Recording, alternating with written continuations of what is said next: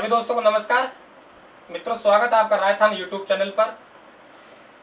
हम लोग जो बात कर रहे हैं भारत के संविधान से संबंधित, भारत की न्यायपालिका से संबंधित जो वाद हैं उन वादों की हम चर्चा कर रहे थे। और मित्रों, उन्हीं में से एक वाद आया है गोलकनाथ बनाम पंजाब राज्य। पिछला जो पार्ट था उसमें हम लोगों ने 9वीं अनुसूची की बात की, पहला संविधान संशोधन की बात की, कामेश्वर बनाम बिहार राज्य 1951 के वाद की बात की, शंकरी प्रसाद बनाम भारत संघ 1951 उसकी हमने बात की। तो जिन बच्चों ने वे पार्ट नहीं देखा है वे पार्ट देख ले। यहाँ हम लोग जो बात कर रहे हैं गोलकनाथ बनाम पंजाब राज्य 1967 वाले वाद की बात कर रहे हैं। और दोस्तों, बहुत इंपॉर्टेंट वाद है। यहीं से आपका जो 24वां संविधान संशोधन 1971 में हुआ वे इसी वाद के प्रभाव को समाप्त करने के लिए हुआ। बारीकी समझना है, मैं पहले ही बता चुका हूं, आपको संविधान पढ़ना है तो इन वादों को समझना ही पड़ेगा। यदि वाद समझ लिए मित्रों तो कई जगह संविधान में लिखे आएंगे, हम पढ़ाएंगे तब आपको पढ़ाएंगे तो वहां आपको समझने में आसानी बहुत रहेगी। देखिए, गोलकनाथ बनाम पंजाब राज्य वाद क्या था मित्रों कि ये जो पंजाब सरकार है, कौन सी सरकार? पंजाब सरकार। पंजाब सरकार ने भूमि सुधार कानून बनाए। क्या बनाया? भूमि सुधार कानून। जिन लोगों के पास में अधिक भूमि थी, क्या थी? अधिक भूमि, उस अधिक भूमि को अधिग्रहित करके भूमिहीन लोगों को देना शुरू कर दिया। किसने? पंजाब सरकार ने। अब पंजाब सरकार ने क्या किया कि ये जो कानून बनाया, ये कानून बनाया, इस कानून को 9वीं अनुसूची में डलवा दी। कौन सी अनुसूची में? 9वीं अनुसूची में डलवा दी। 9वीं अनुसूची में पहले बता चुका हूं, ऐसी अनुसूची जिसमें किसी कानून को डाल दिया गया है तो उस कानून को न्यायालय में चुनौती नहीं दी जा सकती। प्रारंभ में 1951 में 13 कानून थे, वर्तमान में 284 कानून है। क्लियर, समझ में आ गया? देखिए, अब जैसे ही भूमि सुधार कानून बना तो पंजाब सरकार ने 9वीं अनुसूची में डलवाया। तब आप कहेंगे सर कि 9वीं जो अनुसूची है, क्या 9वीं अनुसूची में राज्य सरकार किसी कानून को डलवा सकती है? क्योंकि कानून डालने का काम 9वीं अनुसूची में संसद का है। तो सर फिर ये कैसे डाल दिया? तो मैंने आपको बताया था कि कोई भी सरकार है, कोई भी राज्य सरकार है, राज्य सरकार ऐसा कानून का प्रस्ताव बनाकर, ऐसा कानून बनाकर राज्यपाल को देगी।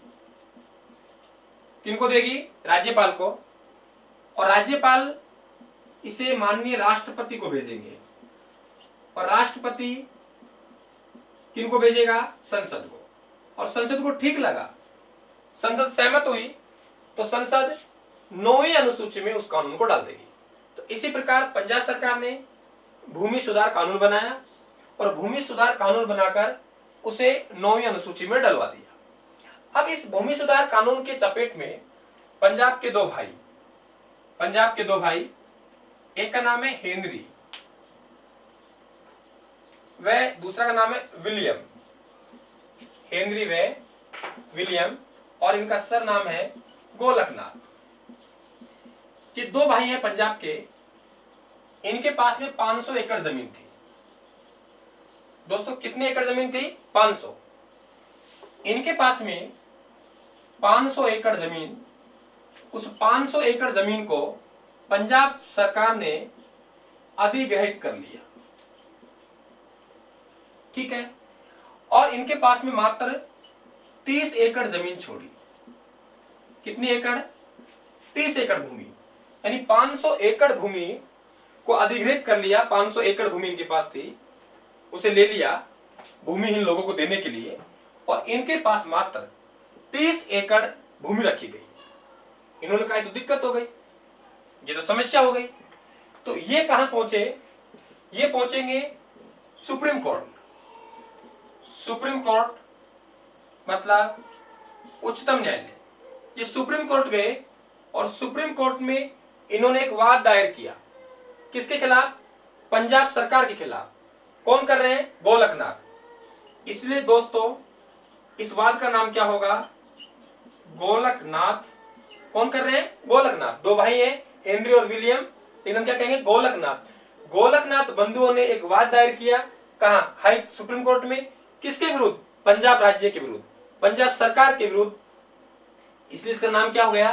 गोलकनाथ बनाम पंजाब राज्य। पंजाब राज्य कब दायर किया? 1967 में।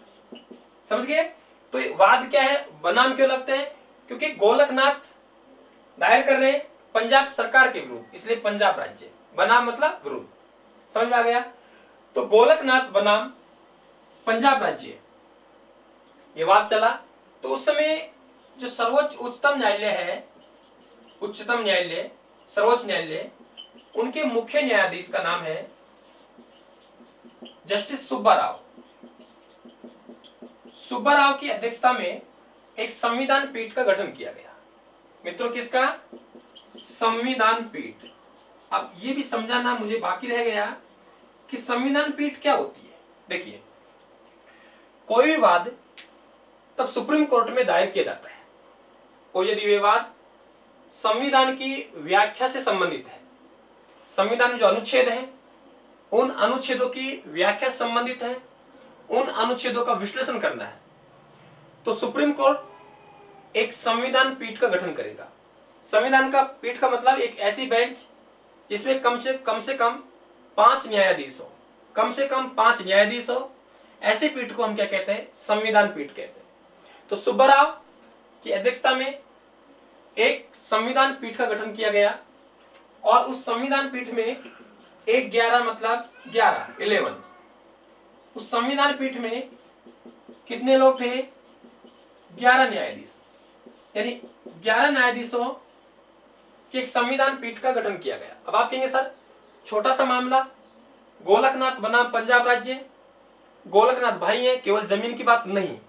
मित्रों ये वाद एक है, लेकिन इस वाद से भारत का जो संविधान है उसके कई अनुच्छेद प्रभावित होते हैं। निर्णय इस वाद में आएगा, लेकिन इस वाद में जो निर्णय आएगा वे कई जगह लागू होंगे। इसलिए ये नहीं केवल भूमि से संबंधित वाद है तो हम लोग छोटा सा संविधान पीठ का गठन करके फैसला सुना दें, नहीं। उसमें संविधान की व्याख्या जुड़ी हुई है, संविधान के बहुत से अनुच्छेद प्रभावित होंगे। समझ में आ गया? या तो फिर समझ ले, गोलकनाथ बनाम पंजाब राज्य, पंजाब सरकार ने कानून बनाए, भूमि सुधार कानून। इन कानूनों को 9वीं अनुसूची में डलवा दिया।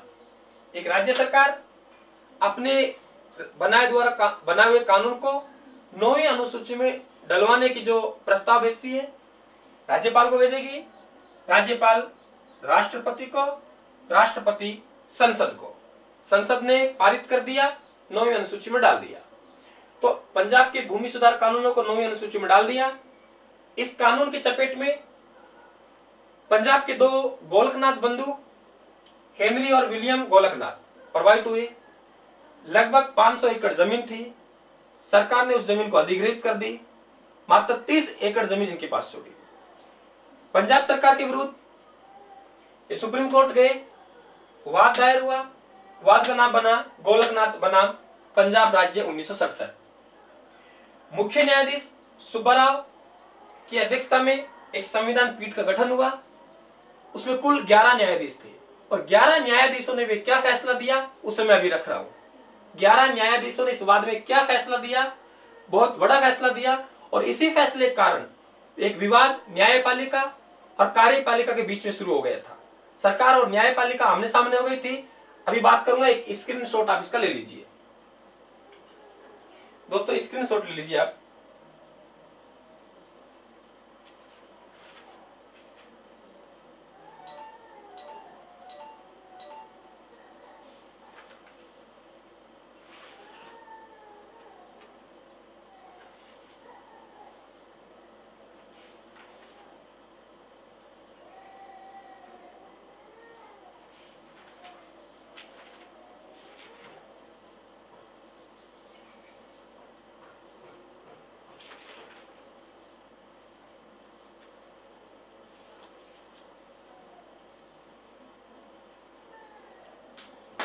ले लिया। चलिए अब हम ये बात करेंगे, गोलकनाथ बनाम पंजाब राज्य है, इसमें क्या निर्णय दिया सुप्रीम कोर्ट ने, क्या निर्णय दिया। देखिए बहुत आसानी से आप समझना, थोड़ा शब्दावली कठिन रहेगी और मित्रों कठिन तो अपने आप में पूरा विषय ही है ये। अगर इसको शानदार तरीके से समझे और इस विषय को समझ लिया तो मेरे हिसाब से कोई समस्या नहीं आएगी, कॉन्सेप्ट एकदम क्लियर होना चाहिए। देखो सुप्रीम कोर्ट का जो निर्णय रहा है इस मामले में उसकी बात कर रहे हैं। सुप्रीम कोर्ट का निर्णय कि भाई क्या निर्णय आया उसकी हम बात कर रहे हैं। नंबर 1, अनुच्छेद, समझाऊंगा अभी, पहले लिख ली दो। अनुच्छेद 368 संविधान संशोधन की प्रक्रिया का उल्लेख करता है, का उल्लेख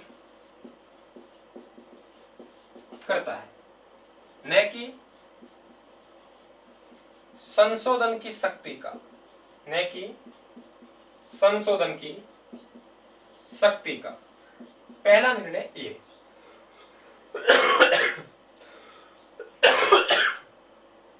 दूसरे की हम बात करें, सामान्य विधि, सामान्य विधि व अनुच्छेद 368 की संशोधन विधि, की संशोधन विधि में कोई अंतर नहीं है, में कोई अंतर नहीं है। कोष्टक में विधि, विधि है, चाहे विधि कोई भी हो। पॉइंट नंबर 3, संसद मूल अधिकारों में, मूल अधिकारों में संशोधन नहीं कर सकती। मित्रों ये निर्णय आया। देखिए तब निर्णय आता है तो हो सकता है कि किसी के समझ में आए नहीं आए, तब साल 2 साल 3 साल 4 साल बाद में उसे अप्लाई किया जाता है, तब कोई विवाद सामने आता है, तब समझ में आता है कि कोर्ट का निर्णय क्या था। तो ऐसी बातें हैं, इनको समझना पड़ेगा, आपको बहुत बारीकी से समझना पड़ेगा। मैं समझा रहा हूं। देखिए नंबर 1 ये कह रहा है कि अनुच्छेद 368 है कि आप लोग कह रहे हैं, संसद कार्यपालिका आप लोग कह रहे हैं कि अनुच्छेद 368 के अनुसार हम लोग जो संशोधन करते हैं वे संशोधन करने की पावर संसद के पास है और संसद जैसा चाहे वैसा कर सकती है अनुच्छेद 368 के माध्यम से। ये कह रहा है नहीं, अनुच्छेद 368 है जो संविधान संशोधन की प्रक्रिया का उल्लेख करता है, प्रक्रिया को बताता है, संविधान संशोधन की शक्ति का उल्लेख नहीं करता। क्लियर। नंबर 2 कह रहे हैं कि अनुच्छेद 13 आपने पढ़ा हो, मैं पढ़ाऊंगा आपको, तब मूल अधिकारों की बात करूंगा। अनुच्छेद 13(3), अनुच्छेद 13(3) ये कहता है कि विधि क्या है, विधि क्या है। तो विधि क्या है, और वे विधि आपकी जैसे सरकार द्वारा, सरकार के प्रशासनिक व्यवस्था द्वारा, निगमों द्वारा, जो भी है सरकारी एजेंसी द्वारा, चाहे संसद हो चाहे विधानमंडल हो, कुछ भी हो, उनके द्वारा जो कानून बनाया जाता है, सर्कुलर बनाया जाता है, उसे हम लोग विधि कहेंगे। और यदि ये विधि संविधान के अकॉर्डिंग नहीं है तो न्यायालय में चुनौती दी जा सकती है, न्यायालय उसको खारिज कर सकता है, उसे समाप्त कर सकता है यदि वे विधि संविधान के अनुसार नहीं है। तो आप ये कह रहे हो कि अनुच्छेद 368 है, उसकी जो संविधान संशोधन की विधि है वे विधि अनुच्छेद 13(3) से बाहर है। नहीं, कोर्ट ने कहा कि नहीं, विधि विधि है, विधि विधि है, चाहे विधि सामान्य विधि हो और चाहे अनुच्छेद 368 की संशोधन की विधि हो, विधि में कोई अंतर नहीं है। और यदि विधि संविधान के अकॉर्डिंग नहीं है तो उसे खारिज किया जा सकता है। यह न्यायपालिका ने निर्णय दिया था। तीन तो आसान है कि संसद मूल अधिकारों में संशोधन नहीं कर सकती, कि संसद को कोई अधिकार नहीं है जो ये मूल अधिकारों में संशोधन कर सकती है। अब समस्या पैदा होगी। यहां दो बातें, 1 नंबर और 2 नंबर, बहुत गंभीर बातें हैं, जिन्होंने जो संसद है, कार्यपालिका है, उसे बांध दिया, जकड़ दिया, एक दायरे के अंदर ला दिया कि विधि है, चाहे वे सामान्य विधि हो, चाहे अनुच्छेद 368 के तहत संविधान संशोधन की विधि हो, कोई फर्क नहीं है। अनुच्छेद 368 ये बताता है कि संविधान में संशोधन की प्रक्रिया क्या है, न कि ये बताता है कि संविधान संशोधन शक्ति केवल संसद में है, संसद सर्वोपरि है, ये नहीं बताता है। अब भाई समस्या हो गई, तो इसके प्रभाव को समाप्त करने के लिए, इस निर्णय के प्रभाव को समाप्त करने के लिए एक भारत के संविधान में संशोधन किया जाएगा। और दोस्तों, वे संशोधन बहुत ऐतिहासिक संशोधन रहा है और उसका नाम है 24वां संविधान संशोधन। बहुत इंपॉर्टेंट पार्ट, 24वां संविधान संशोधन 1971। आपसे पूछा जाए कि 24वां संविधान संशोधन है, क्यों लाया गया, आप बताएंगे। गोलकनाथ बनाम पंजाब राज्य है, सुप्रीम कोर्ट ने जो निर्णय दिया था, उस निर्णय को समाप्त करने के लिए यह संशोधन लाया जाएगा। और आपको पता है, आपने RAS का SI का एग्जाम दिया होगा, एक तरफ वाद आते हैं और एक तरफ उन वाद से संबंधित काम आता है कि विषय क्या रहा है और उन्हें मिलान करवा रहा है। तो ये 50-60 वाद है, पॉलिटिकल में आप कंप्लीट पॉलिटी पढ़ेंगे तो 50-60 वाद आपकी अंगुलियों पर होने चाहिए जो बच्चे RAS और SI की तैयारी कर रहे हैं, कि एक सवाल वाद से 100% आता ही है। लिख देगा, गोलकनाथ बनाम पंजाब राज्य के मामले में सुप्रीम कोर्ट ने निम्न में से कौन सा निर्णय नहीं दिया था। 3 निर्णय पता है, चौथा निर्णय ऐसे डाल देगा जो हमारी जानकारी नहीं है, इसलिए रट लेना। आपसे पूछे 24वां संविधान संशोधन 1971 क्यों लाया गया, आप बताएंगे। गोलकनाथ बनाम पंजाब राज्य का जो निर्णय दिया गया, उस निर्णय को प्रभाव को समाप्त करने के लिए ये लाया गया। अब आप कहेंगे साहब कैसे समाप्त किया जाएगा, उसे देखिए। नंबर 1, आपका जो अनुच्छेद 13 में पढ़ाऊंगा, तो अनुच्छेद 13(1), अनुच्छेद 13(2), अनुच्छेद 13(3) और अनुच्छेद 13(4), और यहां लिख रहा हूं 24वां संविधान संशोधन। दोस्तों, बहुत इंपॉर्टेंट पार्ट चल रहा है, समझते रहना। 24वां संविधान संशोधन देखिए, अनुच्छेद 13 में 3 अनुच्छेद पहले से ही है, बात करूंगा मूल अधिकार पढ़ाऊंगा तब। अनुच्छेद 1 ये कह रहा है कि भारत का संविधान लागू हुआ उससे पहले जो भी कोई विधि है, उस विधि को संविधान के अनुसार होना चाहिए, क्योंकि बहुत से कानून है, बहुत सी विधि है जो अंग्रेजों के जमाने की है। तो कह रहे हैं ठीक है, विधि चलने दो, लेकिन उन विधियों को संविधान के अकॉर्डिंग होना चाहिए। ये 13(1) कह रहा है। अब कह रहा है 13(2) कि संविधान लागू हो गया, संविधान लागू होने के बाद में जो विधियां बनी है, उन विधियों को किसके अकॉर्डिंग होना चाहिए, संविधान के अनुसार। 13(1) यानी संविधान लागू होने से पहले की विधि जो आज भी हमारे देश में चल रही है, पुलिस एक्ट वगैरह जो भी है, तो ये, और संविधान लागू होने के बाद की विधि 13(2) संविधान के अकॉर्डिंग होना चाहिए। 13(3) ये कहता है विधि क्या है, विधि क्या है, यहां विधि की परिभाषा दी गई है। और गोलकनाथ बनाम पंजाब राज्य के मामले में यह कहा कि विधि है, विधि है, चाहे सामान्य विधि हो, चाहे वे अनुच्छेद 368 के तहत संविधान संशोधन की प्रक्रिया। यह विधि संविधान के अकॉर्डिंग नहीं है तो वे विधि क्या होगी, शून्य होगी। इस प्रभाव को समाप्त करने के लिए 24वां संविधान संशोधन द्वारा अनुच्छेद 13(4) जोड़ा गया, और उसमें यह कहा गया कि अनुच्छेद 368 के तहत जो संशोधन की विधि है, मित्रों, क्या संशोधन की विधि है, ये विधि शब्द के अंतर्गत नहीं है, विधि शब्द के अंतर्गत नहीं है। क्लियर? यानी उसका जवाब दे दिया कि इसमें जोड़ दिया, क्योंकि जो सुप्रीम कोर्ट है, सुप्रीम कोर्ट क्या कहता है कि हम लोग जो निर्णय देंगे वे संविधान के अकॉर्डिंग देंगे।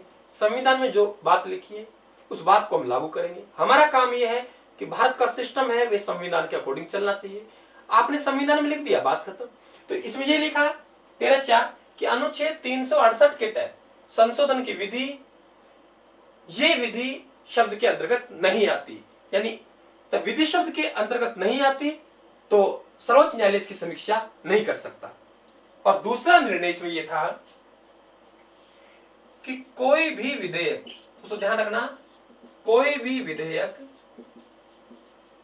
संसद द्वारा पास कर दिया जाता है और यदि वे राष्ट्रपति के पास जाएगा, राष्ट्रपति के पास जाएगा तो राष्ट्रपति को अपनी अनुमति, अपनी सहमति या हस्ताक्षर करने होंगे, यानी मना नहीं कर सकता। क्या आपको पता है कोई विधेयक है, ये विधेयक संसद द्वारा पारित कर दिया जाता है, राष्ट्रपति के पास जाता है तो राष्ट्रपति अपने पास रख लेता है या वापस लौटा देता है पुनर्विचार के लिए, या उस पर हस्ताक्षर कर देता है। कितने समय तक राष्ट्रपति रखेगा इस बात का कोई उल्लेख नहीं है। वे अपने वीटो शक्ति का पावर का इस्तेमाल कर सकता है। तो लेकिन 24वें संविधान संशोधन द्वारा ये प्रावधान कर दिया, यदि संसद द्वारा कोई विधेयक पारित कर दिया जाता है और वे राष्ट्रपति के पास जाएगा तो राष्ट्रपति उस पर हस्ताक्षर करने के लिए बाध्य होगा। तो यह निर्णय आया गोलकनाथ बनाम पंजाब राज्य में। अब ध्यान देना, ये 24वां संविधान संशोधन है, इसको चैलेंज किया जाएगा। चैलेंज कहां किया जाएगा? सुप्रीम कोर्ट में। और फिर एक वाद आएगा केशवानंद भारती बनाम केरल राज्य 1973, उसमें बहुत बड़ा निर्णय आएगा। लेकिन उसी निर्णय में यह भी कहा जाएगा कि 24वां संविधान संशोधन बिल्कुल सही है। तो केशवानंद भारती बनाम केरल राज्य 1973 अगला वाद होगा। देखिए इसका सारांश बता दूं, गोलकनाथ बनाम पंजाब राज्य 1967 का क्या वाद था? पंजाब सरकार ने भूमि सुधार कानून बनाए, उन भूमि सुधार कानूनों को संसद द्वारा 9वीं अनुसूची में जुड़वाए गए। गोलकनाथ दो भाई थे, 500 एकड़ जमीन थी, उस जमीन को राज्य सरकार ने अपने अंडर में ले ली, लगभग 30 एकड़ जमीन उनके पास छोड़ी। दोनों भाई सुप्रीम कोर्ट में पहुंचे, पंजाब सरकार के विरुद्ध पहुंचे, इसलिए गोलकनाथ बनाम पंजाब राज्य वाद का नाम होगा। वहां सुब्बाराव की अध्यक्षता में एक कमेटी का गठन किया गया, संविधान पीठ का गठन किया गया। संविधान पीठ ने जो निर्णय दिया वे निर्णय आपके सामने है। वे निर्णय यह दिया था कि जो आपके अनुच्छेद 368 है वे संविधान संशोधन की प्रक्रिया का उल्लेख करता है, न कि संविधान संशोधन की शक्ति का। पॉइंट नंबर 2 आया था कि विधि विधि है, चाहे सामान्य विधि है, चाहे अनुच्छेद 368 के तहत संविधान संशोधन की विधि है, दोनों विधि विधि है। और विधि शब्द की परिभाषा में आएगा उससे कोर्ट में चुनौती दी जा सकती है, हम उसकी समीक्षा कर सकते हैं। और विधि संविधान के अकॉर्डिंग नहीं है तो उसे हम शून्य घोषित कर सकते हैं। और 3 नंबर निर्णय कि संसद मूल अधिकारों में संशोधन नहीं कर सकती, उसके प्रभाव को समाप्त करने के लिए भारतीय संसद में 24वां संविधान संशोधन 1971 लाया गया। इसमें 2 मुख्य रूप से प्रावधान जो हमें समझने हैं। अनुच्छेद 13 में अनुच्छेद 13(4) जोड़ा गया और यह कहा गया कि संविधान संशोधन 368 की जो प्रक्रिया है वे विधि शब्द के अंतर्गत नहीं आती, और विधि शब्द के अंतर्गत नहीं आती तो न्यायालय में उसे चुनौती नहीं दी जा सकती। दूसरा निर्णय, कोई भी विधेयक संसद द्वारा पारित होकर राष्ट्रपति के पास जाएगा तो राष्ट्रपति उस पर अनुमति देना, अपनी सहमति देना, हस्ताक्षर करने के लिए बाध्य होंगे। तो दोस्तों ये था हमारा गोलकनाथ बनाम पंजाब राज्य वाला वाद।